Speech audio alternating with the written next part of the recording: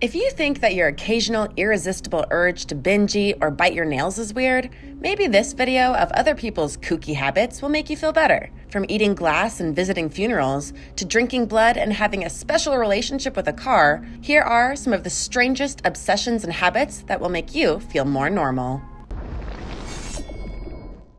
Number 10. Muscle mania.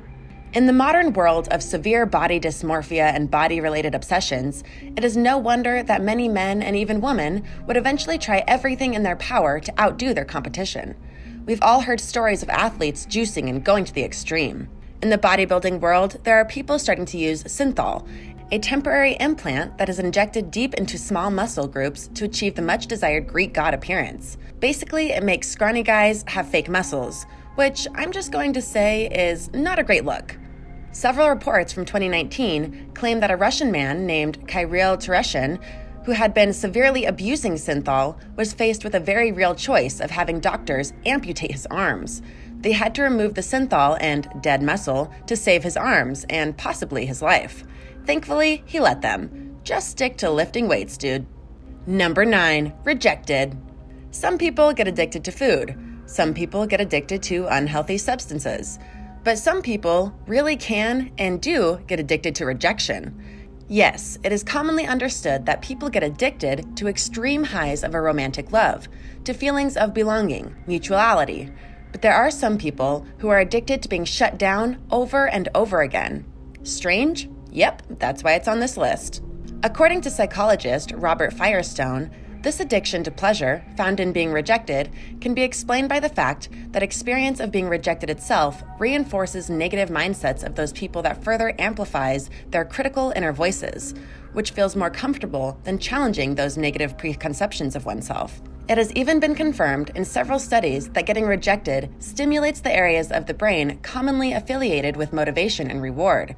It is in those parts of the brain where the same receptors that drive addiction are located. Hey, real quick, if you're new to the channel, welcome. Give this video a like and hit that subscribe button for more videos like these. Number 8. Extreme body mods. We all know a person or three who just wanted to get a tattoo, and then another tattoo, and then another tattoo. I personally really dig them. Have you heard of the people that get their tongue split to make it look like a snake? What about the guy that got over 13 surgical procedures to make him resemble a tiger? His name is Dennis Avner, and he was so set on morphing into this creature, right before his death, he was going to have another procedure that would make him walk on all fours, like the animal does. Yes, psychologists actually believe that body modification, when it starts veering into the extreme, can be conceptualized as a sort of addiction. It might appear odd that someone could get addicted to splitting, cutting, reshaping, and stretching their face and body to modify their appearance, sometimes not in a good direction, since those procedures are not very pleasant to say the least. However, it's the rush of endorphins those same people experience after they have undergone those procedures that they get attached to. Endorphins are the body's natural pain fighter. After your body has experienced pain, it releases endorphins, which then establish communication with opiate receptors in the brain. The end result? Your body acts as if you've taken painkillers. That, of course, doesn't mean that you're an addict if you express a desire to pierce your nose, place a neat little dragon-shaped tattoo on your wrist, or even get a nose job. When those kinds of behaviors become motivated by uncontrollable, irresistible, and/or unmanageable urges, and your particular area of interest are metallic bullhorns implanted through your skull, then you've got a reason to be worried. Number 7. Attending funerals. Most people prefer to avoid attending funerals, but not this Edgar Allan Poe reincarnation. A man from Brazil named Luis Garassi is addicted to funerals. He gets a rush when he crashes them, which he has been doing for the past 37 years. Apparently, Luis has been a funeral addict since his father passed away in 1983, when he became morbidly obsessed with the ritual that many of us would rather skip. All the signs of an addiction are there. He quit his job to be able to regularly attend funerals, mostly of people he hadn't previously met.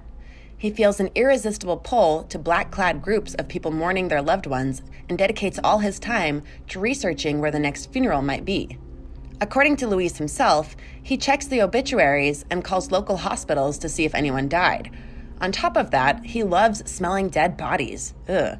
You think that's morbid? Well, he is not alone in this addiction. There are more people who have developed similar strange fascinations with funerals, and some of them attend the very real Funeral Addicts Anonymous.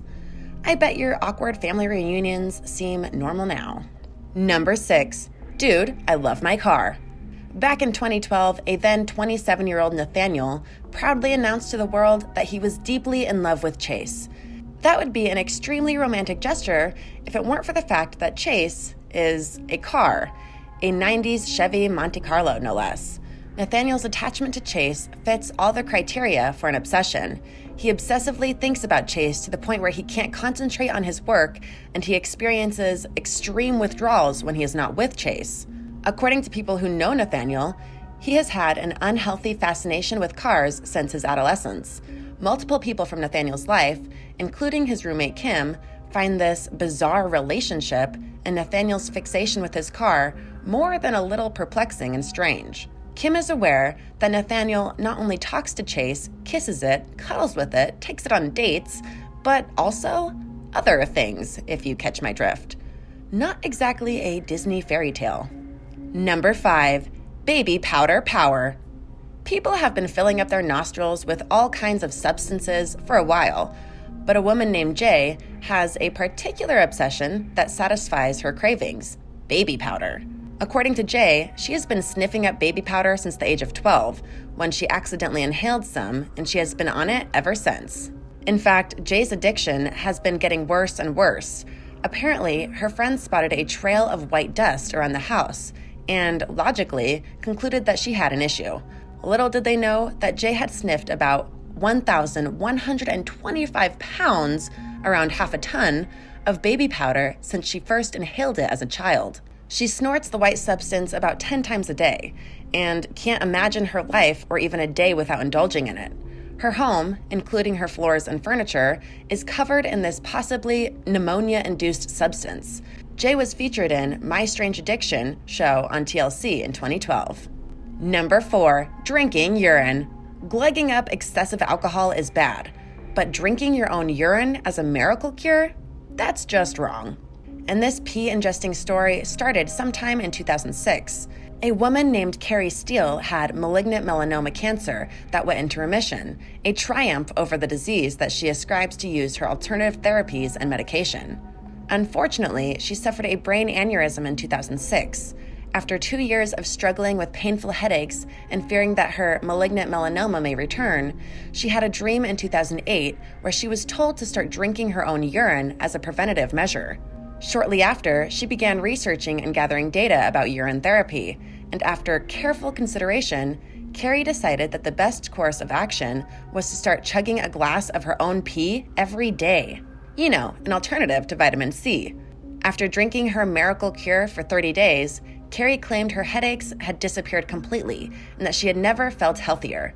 These days, this Colorado native knocks back at least 5 glasses of urine a day, brushes her teeth in it, uses it to moisturize her face, and washes her hair in it to make it more silky and smooth. Ugh. She claims that her warm pee makes her feel safe and strangely comforted, and that she is absolutely addicted to it. According to Carrie, her urine therapy has helped her so much that she actually wanted to dedicate a YouTube channel to the topic in order to persuade more people to try it and experience the benefits. Carrie pointed to the fact that she had completely stopped taking her medication years earlier and her cancer hadn't returned. After she was warned by a doctor about harmful effects of toxic waste in urine, Carrie stopped using it. But after the pain came back several months later, Carrie went back to her strange habit and still consumes her own pee to this day. Wowzers. Number 3. Mouth of steel. Eating glass is an incredibly dangerous habit that some people actually have. It is considered a form of pica, an eating disorder which includes persistent ingestion of non-nutritive substances. Although it is yet to be determined whether pica should be considered a form of obsessive and compulsive behavior or an addiction, the habit of eating glass is actually more common than most people think. It's just too hard to imagine someone choosing a literal glass of beer instead of the beer itself. One man with this eating habit is 71-year-old Chinese citizen Lu Zundun, who claimed in 2017 to have been eating glass for 32 years. Nicknamed Iron Teeth because of his bizarre addiction, Mr. Zundun has been not only enjoying the taste of glass itself, but also the attention and admiration he's also getting from friends and family who would even be impressed by his strange talent. Even though it is documented that ingesting glass can cause serious complications, especially to the gastrointestinal tract, Lou claimed that he had never felt any discomfort from crunching glass and washing it down with water. The only issue he has, as he says, is the fact that his teeth have weakened due to old age. This gentleman is even frequently asked to perform at weddings to show off his ability. Because, yeah, who doesn't want glass eating entertainment at their wedding? Number 2, using coffee enemas.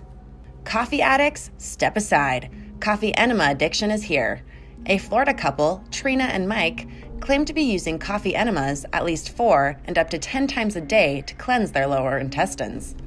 Trina claims to have had a lot of digestive problems and liver and kidney issues, but when she first researched this strange therapy, it transformed her life, causing her to feel alive again.